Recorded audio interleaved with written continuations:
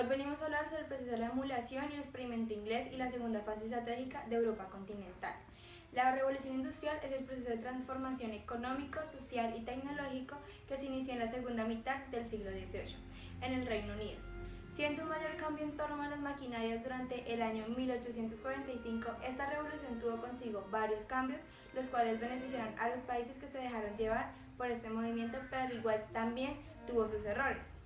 Los cambios fueron, pues, la rotación de cultivos, selección de semillas, especialización de ganadera, nuevo arando, aparición de sembradores, trilladoras. En el sector desarrollo del comercio internacional aumentó la demanda, aumentó las exportaciones de tejidos de lana. En medios de transporte y comunicaciones fue la navegación a vapor, barcos con ruedas de palas movidas a vapor y buques propulsados por medio de hélices. La fabricación de nuevos ferrocarriles, la comunicación del telégrafo y las locomotoras, industrias y fábricas aumentó la producción y el consumo por la concentración del capital y el trabajo en las fábricas como el sector textil, el algodón. Materias primas, lana y el algodón, y máquinas de hilar y tejer, el hierro y la hucha. Y ahora vamos a formular 4 preguntas. La primera es: identifique por lo menos 5 aspectos resultantes del proceso de la revolución industrial en Bélgica, Alemania, Francia y otros países. Bélgica experimentó un rápido desarrollo similar al inglés gracias a la iniciativa del Estado y al disponer de un sistema bancario favorable a las inversiones industriales, que dotaron del país de uno de los mejores sistemas ferroviarios de Europa. Los centros principales se encontraban en Gante y Lieja. Bélgica contaba ya en 1830 con una industria textil muy desarrollada y una siderurgia en expansión. Este crecimiento económico fue posible por la confluencia de varios factores. Primero, el notable incremento demográfico, luego la disponibilidad de unos medios de transporte baratos, ríos y canales, y la abundancia de materias primas, carbón y hierro, posibilitaban el desarrollo de la siderurgia. Además, el apoyo de las sociedades crediticias y la banca completaban este juego de elementos favorables para el desarrollo de las nuevas formas industriales. Alemania. La influencia inglesa y francesa en la industrialización del país es notable por 2 motivos. La primera, la importación de maquinaria y técnicas, y la segunda, por las inversiones en recursos alemanes. Así, por ejemplo, los altos hornos del Ruhr. La historia económica del siglo XIX está muy ligada a su unificación nacional con la Constitución en 1834 del Zollverein, unión aduanera que permitía la libre circulación de hombres y capitales entre todos los estados alemanes. El desarrollo económico alemán se caracterizó por un gran avance de la agricultura, abandono del sistema del barbecho e inicio del empleo de abonos. Se optó por dar prioridad a los planes de construcción naval y ferroviaria. La intervención de sectores financieros, la banca y los seguros en el estado económico y la iniciativa del Estado completan las características del modelo alemán de la revolución industrial. Francia. La Revolución Francesa son las transformaciones sociopolíticas derivadas de la Revolución de 1789. Afectó a las industrias textiles y algodoneras. La revolución industrial retenía a la población rural en sus tierras. Fue un incremento de la industria y de la mano de obra, y tiene como consecuencia el abandono de la tierra. A pesar de su gran progreso cultural y las transformaciones sociopolíticas derivadas de la revolución, el avance industrial fue lento. La industrialización afectó primero a las industrias textiles, algodoneras y luego a la siderurgia, que debería esperar al Segundo Imperio de Napoleón III para lograr la modernización. La Revolución Francesa extendió aún más el sistema de pequeña propiedad que retenía a la población rural en sus tierras, además de la política económica proteccionista. A partir de 1847 se observa el incremento de la industria y de la mano de obra empleada en la misma, y teniendo como consecuencia el abandono de las tierras. Segunda pregunta: realiza una contrastación entre las ventajas de ingresos y el funcionamiento económico, social y cultural, educativo, religioso, político y tecnológico de Europa continental. El trabajo es la única fuente de riqueza. El interés personal favorece el interés de la colectividad. La ley de la oferta y la demanda regula la actividad económica. Los gobiernos no deben intervenir en los procesos de producción e intercambio de bienes. El intercambio de productos debe ser libre y sin limitaciones por parte del Estado.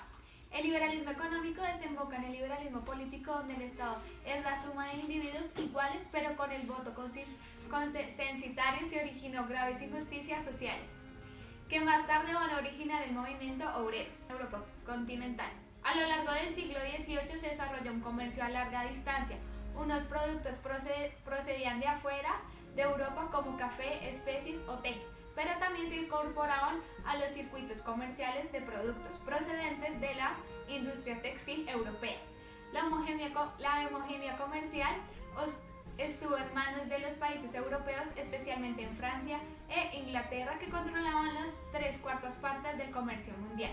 La flota inglesa suponía a finales del siglo más de la 1/4 parte de la flota europea, y desempeñaba las funciones típicas de una flota que exporta productos manufactureros e importaba materias primas. En lo político, afianzamiento político de la burguesía. El Estado no intervenía directamente como patrón en la actividad económica, sino que auspicia la industrialización y regula la legislación social a favor de los trabajadores. La industria ocupó una situación predominante. Cambios en el modo de vida de la población se concentró en las ciudades, con la actividad industrial. La producción en serie abarató muchos artículos y así mejoraban las condiciones de vida. El trabajo doméstico se hizo más corto al incorporarse miles de mujeres al trabajo industrial, y las costumbres de la familia cambiaron a medida que las mujeres comenzaron a trabajar fuera del hogar. Y en Europa continental, se utilizó para denominar el bloque de países socialistas como Albania, Alemania Oriental, Bulgaria, Checoslovaquia, Hungría, Polonia, Rumania y Yugoslavia. Fue una región definida políticamente y se refería a la realidad de la integración de un conjunto de países bajo la égida de la Unión Soviética.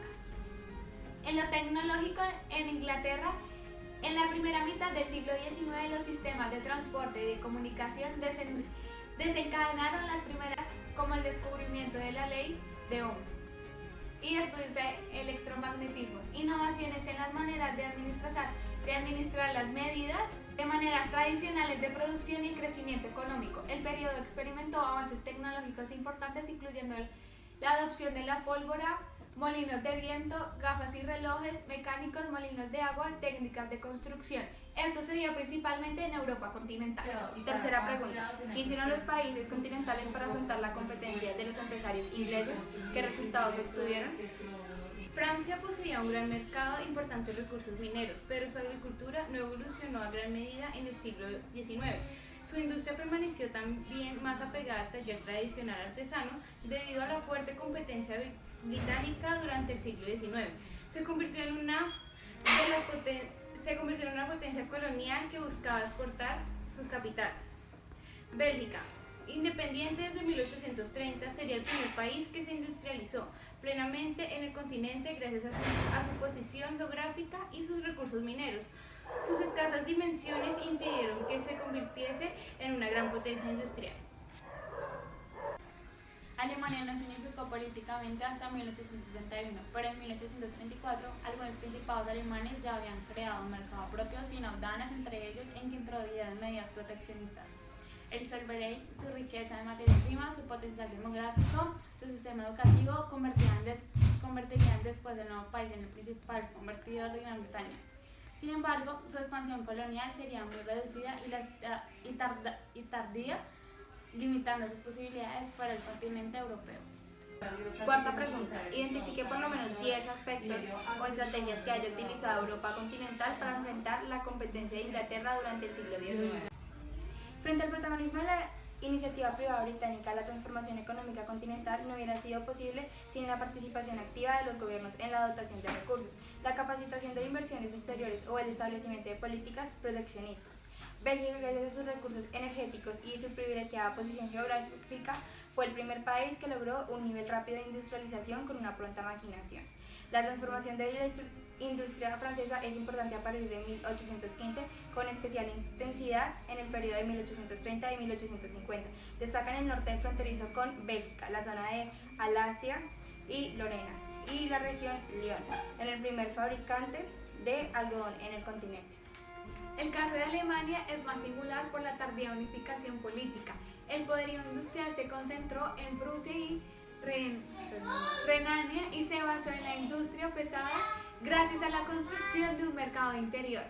La alianza entre la nobleza agraria, la burguesía industrial y la política militarista y la gran concentración empresarial.